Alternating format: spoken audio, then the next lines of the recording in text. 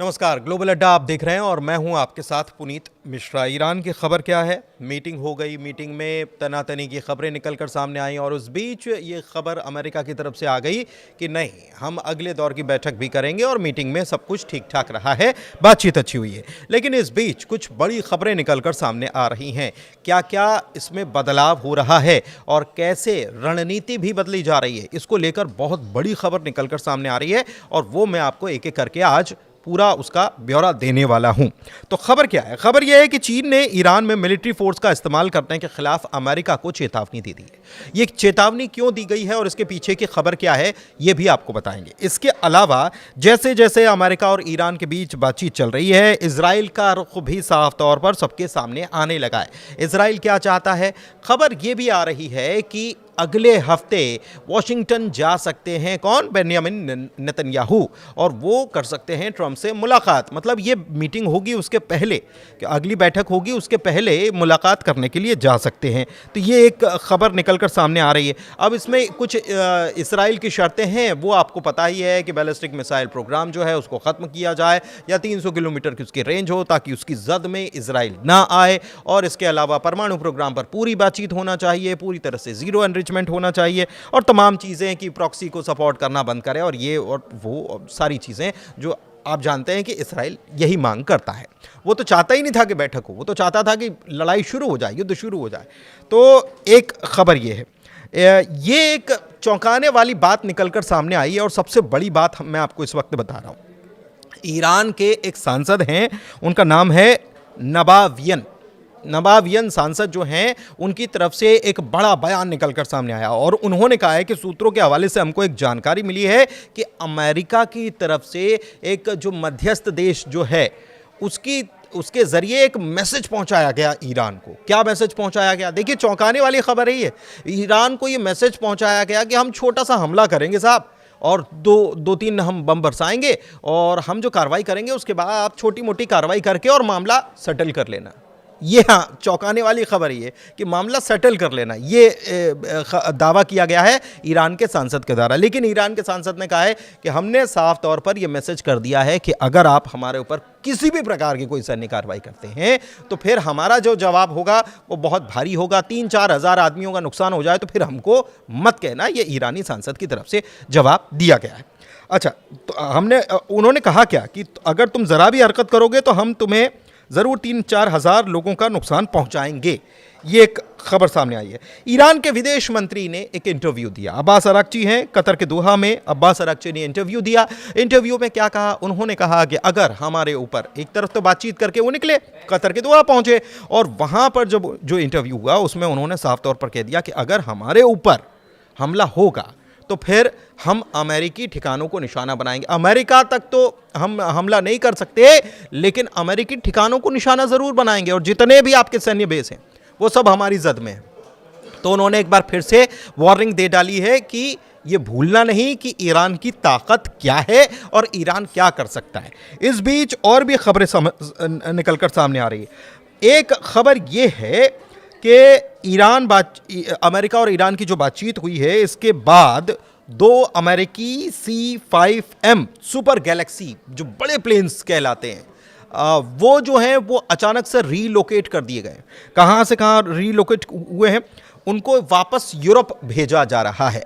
अब यूरोप भेजा जा रहा है तो इसको ऐसा आप मान सकते हो, एक नज़र में ये लग सकता है कि बातचीत कुछ पॉजिटिव रही है और इसलिए थोड़ी थोड़ी जो पोजीशनिंग है वो उसको बदला जा रहा है और ये एक मैसेज है कि अब उतनी तनातनी नहीं है। लेकिन क्या वाकई में यही खबर है कि अंदर कुछ और खेल चल रहा है? ये मैं आपको खबर में बताने वाला हूँ। खबर ये है कि बीते 24 घंटे में अमेरिका ने आर्मेनिया और तुर्कमेनिस्तान, ये बॉर्डर से लगते हैं ईरान की, तो आर्मेनिया और तुर्कमेनिस्तान के साथ ईरान की सीमाओं के पास सेना भेजनी शुरू कर दी है और पूरे मिडिल ईस्ट में लगभग 20 अमेरिकी बेस पर थर्ड और पैट्रियट सिस्टम लगाए जा रहे हैं। अब ये थार्ड और पैट्रियट सिस्टम मेरे ख्याल से जो युद्ध की खबरों को लगातार देख रहे हैं उनको बताने की ज़रूरत नहीं है। जो नए लोग हैं उनको हम बता देते हैं, दरअसल ये एयर डिफेंस सिस्टम है, यानी कि कोई हमला अगर होता है तो उससे कैसे बचाव किया जा सके, इसलिए अमेरिकी ये सिस्टम है थार्ड और पैट्रियट। तो ये एयर डिफेंस सिस्टम जो है ये तैनात कर दी गए 20 अमेरिकी बेसिस पर। उससे बड़ी खबर यह है कि बीते 24 घंटे में अमेरिका ने आर्मेनिया और तुर्कमेनिस्तान के साथ ईरान की बॉर्डर्स पर सेना भेजनी शुरू कर दी है। अब ये सेना भेजने का काम क्या है और इसके पीछे प्लान क्या है, इसको समझिए।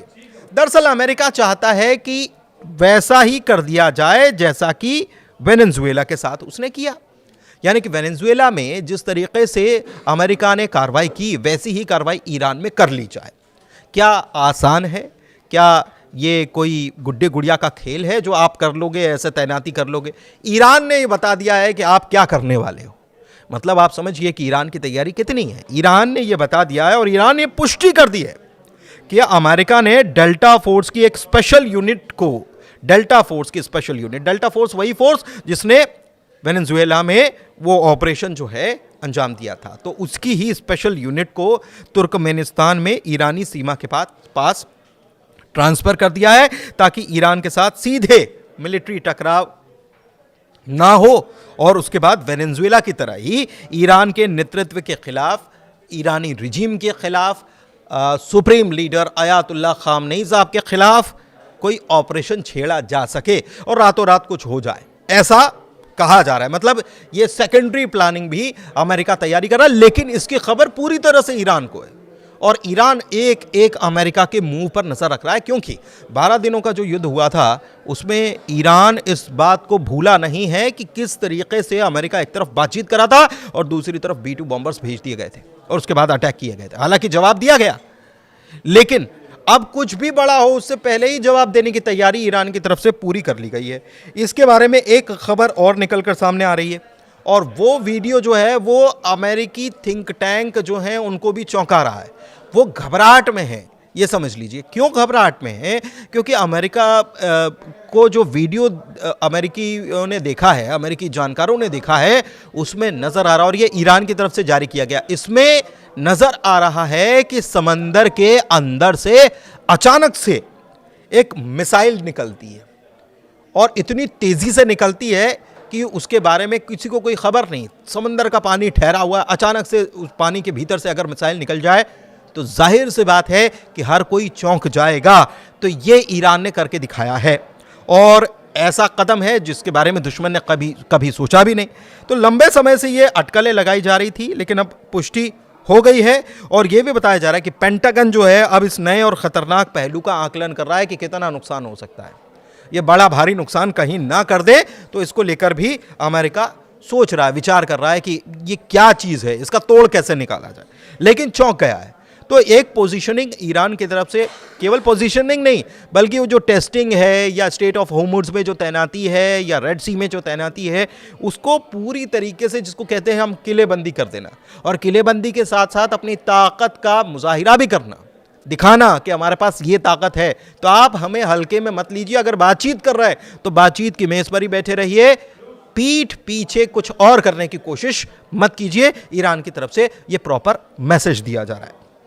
अच्छा, इसके अलावा एक खबर यह भी है कि साल 2018 में, देखिए ईरान को अभी किस तरीके के हालात का सामना करना पड़ा ये सबको मालूम है, और वहाँ की मुद्रा जो है, रियाल जो है, वो 14 लाख पर डॉलर से भी नीचे जा चुकी है। मतलब और ज़्यादा ऊपर हो गया है डॉलर का मूल्य, वहाँ पर $1 की कीमत। इस बीच कौन साथ दे रहा था? अभी तक जो हालात बने उसमें साथ किसने दिया? ये साथ दिया रूस ने ईरान का। और ये खबर जो है यूके टेलीग्राफ से निकलकर सामने आई है कि ईरान का साथ उस वक्त रूस ने दिया। साल 2018 की बात है जब ये खबर आई कि गुप्त रूप से ईरान को करीब $2.5 बिलियन भेजे गए और ये कोई बैंकिंग सिस्टम से ट्रांजैक्शन नहीं हुआ था, बल्कि ये ट्रांजैक्शन हुआ था कैश में, नगद में, कि हम आपको पैसे देते हैं। क्योंकि जिस तरीके से रिजीम को चेंज करने की पहले से कोशिश और जो प्रतिबंध लगे हुए थे JCPOA के तहत, तो उसमें ईरान को उस वक्त मदद की दरकार थी। और ये मदद किसने भेजी? रूस ने भेजी, ताकि ईरान में रिजीम चेंज करने की जितनी भी साजिशें चल रही हैं उसको नाकाम किया जा सके। इसके अलावा नेतन्याहू जा रहे हैं, मैंने आपको बताया कि वॉशिंगटन जा सकते हैं और वहाँ पर वो मुलाकात करेंगे ट्रंप से। वही मुद्दे हैं कि साहब ये इतनी, इससे ज़्यादा कि मिसाइलें ना बना पाएँ, इनके ऊपर प्रतिबंध लगा दो। ईरान ने कहा कि हम बात ही नहीं करेंगे। ईरान ने कहा कि हमारी सुरक्षा हमारे हाथ में है और हमको ये तय करना है कि हमारी रेंज कितनी होगी, ये आप थोड़ी तय करोगे। तो इसके ऊपर तो बात होगी नहीं। परमाणु कार्यक्रम की बात है, उसके ऊपर बात होगी। और हम इस बात पर बात करना चाहते हैं कि हम एक मुल्क हैं और हमारे पास ये अधिकार है कि हम भी अपने मुल्क की सुरक्षा के लिए, अपने हितों के लिए, अपनी ज़रूरतों के लिए न्यूक्लियर एनरिचमेंट करते रहें। तो ये हमारा अधिकार है, तो इसको आपको मानना होगा। ये ईरान की तरफ से ये मैसेज दिया जा रहा है, जबकि ये कह रहे हैं कि ज़ीरो एनरिचमेंट हो। हालांकि इस पर जो भी बात बने, जो भी बात हो रही है, उस पर ईरान बात करने के लिए तैयार है कि आइए ठीक है, बैठते हैं, बात करते हैं। लेकिन अगर आप ये सोचें कि हम प्रॉक्सीज़ को समर्थन देने की बात आप करते हैं कि हम प्रॉक्सीज़ को समर्थन, भाई प्रॉक्सीज़ अपना काम करते हैं। और प्रॉक्सीज़ क्या है? उनका ये कहना है कि यमन में बैठे हूथी जो हैं, या हिजबुल्ला जो है, या हमास जो है, वो वहाँ के लोग हैं और वहाँ से वो अपनी चीज़ें संचालित कर रहे हैं। लेकिन हाँ, एक बात अब्बास अरागची ने ज़रूर साफ कर दी है कि हम हमास को अपना सपोर्ट देना कतई बंद नहीं करने वाले। क्यों नहीं करने वाले? क्योंकि जिस तरीके से फ़िलिस्तीन में जो हालात बन रहे हैं, अभी भी लगातार इजराइल उकसावे की कार्रवाई कर रहा है, लगातार वहाँ पर अटैक किए जा रहे हैं, ताकि इस तरफ यानी कि ईरान की तरफ कोई ना कोई ऐसी घटना घट जाए, ऐसी कोई गुस्से की आग उबल पड़े और उसके बाद ईरान कोई कदम उठाए और उसका फ़ायदा इजराइल ले पाए और अमेरिका पर दबाव बना पाए कि देखिए इन्होंने शुरुआत कर दी और अब हम मिलकर इनके ऊपर हमला करते हैं। लेकिन ईरान की तरफ से साफ कह दिया गया है कि हम पहले हमला नहीं करेंगे, हम पहले हमला नहीं करेंगे। और अमेरिका भी इसी बात को लेकर परेशान है, चिंतित है कि आखिर क्या किया जाए, कि ईरान को काबू में कैसे कर लिया जाए। अगर आप मिडिल ईस्ट में देखेंगे तो एक अकेला मुल्क है ईरान, जो अमेरिका की आंखों में आंखें डालकर बात कर रहा है और अपनी शर्तों पर बात कर रहा है। उसके ऊपर तमाम प्रतिबंध लगाए गए।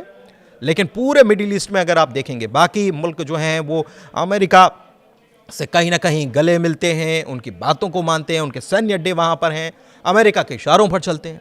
लेकिन ईरान ने साफ कह दिया है कि हमारा मुल्क है और हम ही डिसाइड करेंगे, हम ही तय करेंगे कि हमको अपना देश कैसे चलाना।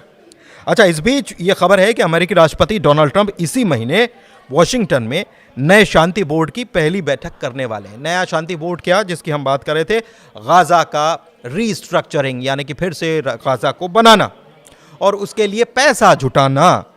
लेकिन इस बैठक में कई सारे नेता शामिल नहीं होने जा रहे हैं, ऐसी खबर निकलकर सामने आ रही। तो ये अमेरिका के लिए और चिंता की खबर है, क्योंकि इसी महीने शांति बोर्ड की जो बैठक बुलाई जा रही है कि कहा कि हम वहाँ पर गाज़ा को फिर से रीस्ट्रक्चरिंग करेंगे, वहाँ पर फिर से गाज़ा को बनाएंगे, बसाएंगे, तमाम बातें, बड़ी बड़ी बातें और दावे जो हैं। इस बीच अगर विश्व नेता, कई सारे देश के जो अध्यक्ष हैं, प्रेसिडेंट्स हैं, वो इस अगर मीटिंग में नहीं आ रहे हैं पैसा देने के लिए या बातचीत करने के लिए, इसके मायने कहीं हैं, इसके मायने बहुत सारे हैं और इसका मैसेज जो है वो अमेरिका तक पहुंचाने की कोशिश है। ऐसा नहीं है कि गाज़ा को फिर से बनाने के लिए कोई इंटरेस्टेड नहीं है, लेकिन ये दूरी जो है वो बहुत सारे मैसेज दे रही है। और इसमें देखिए, यूरोप और अमेरिका के कई पुराने साथी देश हैं जो इस बोर्ड में शामिल होने से मना कर चुके हैं। तो हर जगह जो है वो फील्डिंग जमा दी गई है। ईरान की तरफ से ईरान का सपोर्ट भी इसमें नज़र आता है और गाज़ा का पुनर्निर्माण जो हो रहा है उसमें अमेरिका की दादागिरी नहीं चलेगी। एक प्रकार का ये मैसेज भी देने की कोशिश यहाँ पर इस विरोध के ज़रिए या बैठक में शामिल न होने की बात करने के ज़रिए की जा रही है। तो ग्लोबल अड्डा में इतना ही। कैसा लगा आपको ये वीडियो, कैसी लगी जानकारी, ज़रूर बताइएगा, क्योंकि हम जो भी जानकारी आती है सीधे साफ तरीके से आप तक रखते हैं, कोई गोलमोल बातें नहीं होती हैं। तो अपना प्यार ग्लोबल अड्डा को देते रहिए। बहुत बहुत शुक्रिया।